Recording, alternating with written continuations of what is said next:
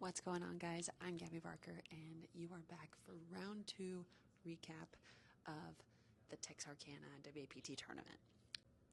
I'm going to do this one a little bit differently, just to go over the highlights and the downfalls, and I just want to be so real and honest with you because personally, I've taken so long to make this video because I will say that it was a little harder pill to swallow.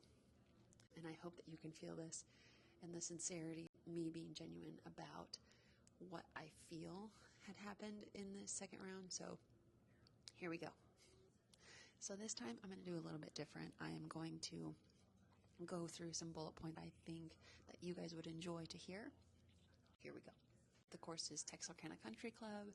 The course conditions were actually fairly easy. The weather was absolutely phenomenal. So going out there and shooting a low score was definitely possible. My score and key stats, I shot a 79 with 13 greens and 3 doubles, I believe. Ouch. So it was 3 doubles, 2 bogeys, 1 birdie. Whoa, so good.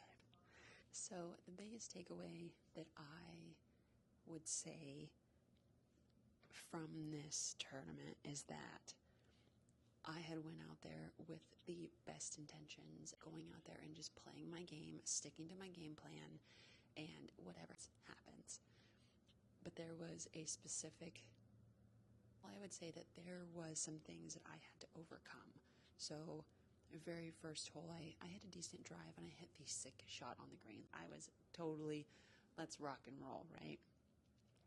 Only to then my second hole lose a ball with the absolute most perfect drive. I mean, this ball looks so beautiful, so nice, just barely cutting the corner. We just couldn't find it, and I believe that it got stuck in the tree, and that's just some bad luck. That is just some really bad luck.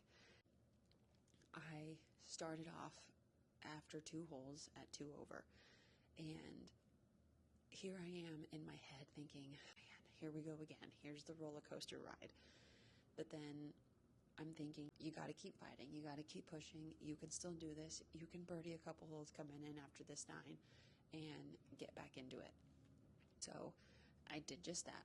I worked my tail off. I gave myself the best opportunities out there on that front 9 to make birdies.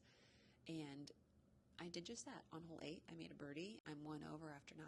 I was like, no problem. Let's just keep on coasting. Let's just stick to the game plan. Let's keep going. And I was solid. I was getting through there. And on hole 10, I made a bogey, which was like, no big deal. 2 over. I got plenty of holes left.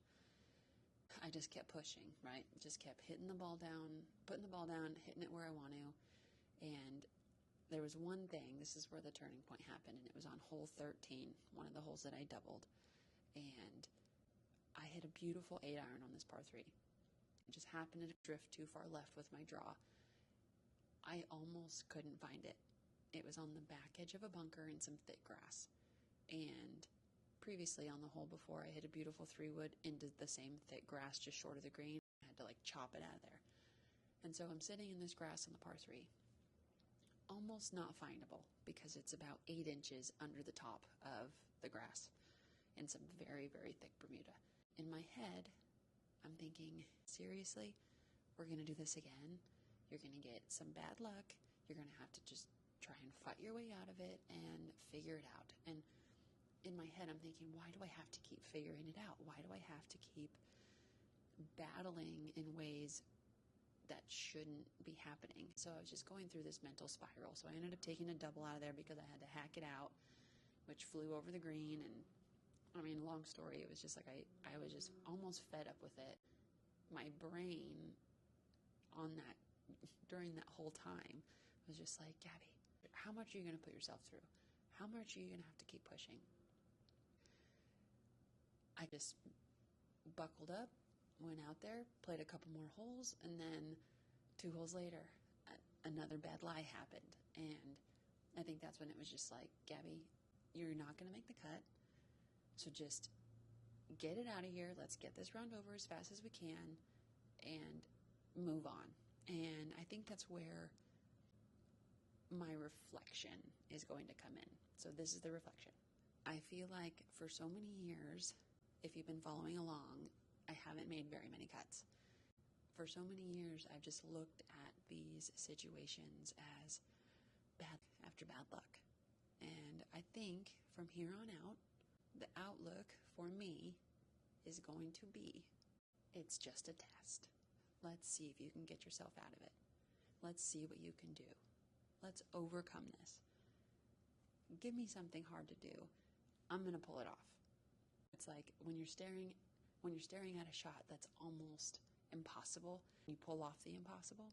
I think that's the mindset that I'm going to have for those shots that feel impossible. So that's my new mindset. Let me know what you guys think. So I guess after all that, I just want to kind of end on like a positive note is I love doing what I do. I love this career. I love playing golf. I love the people that it brings into my life. I love the traveling. And that's what I need to hold on to, I think.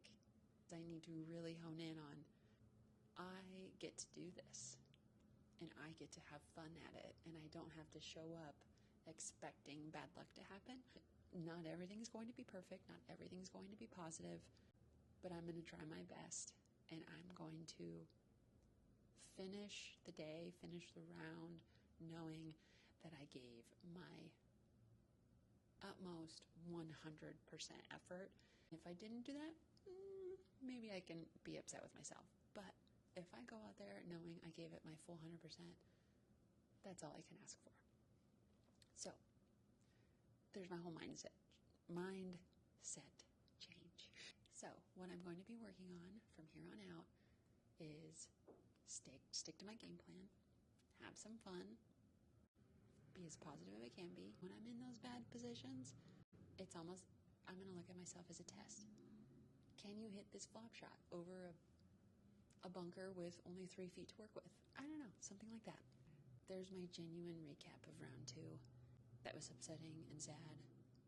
But I'm a few days older now, and tomorrow's the first round of my next tournament, and I hope I can take everything that I learned from round 2 into this first round here in Muskogee.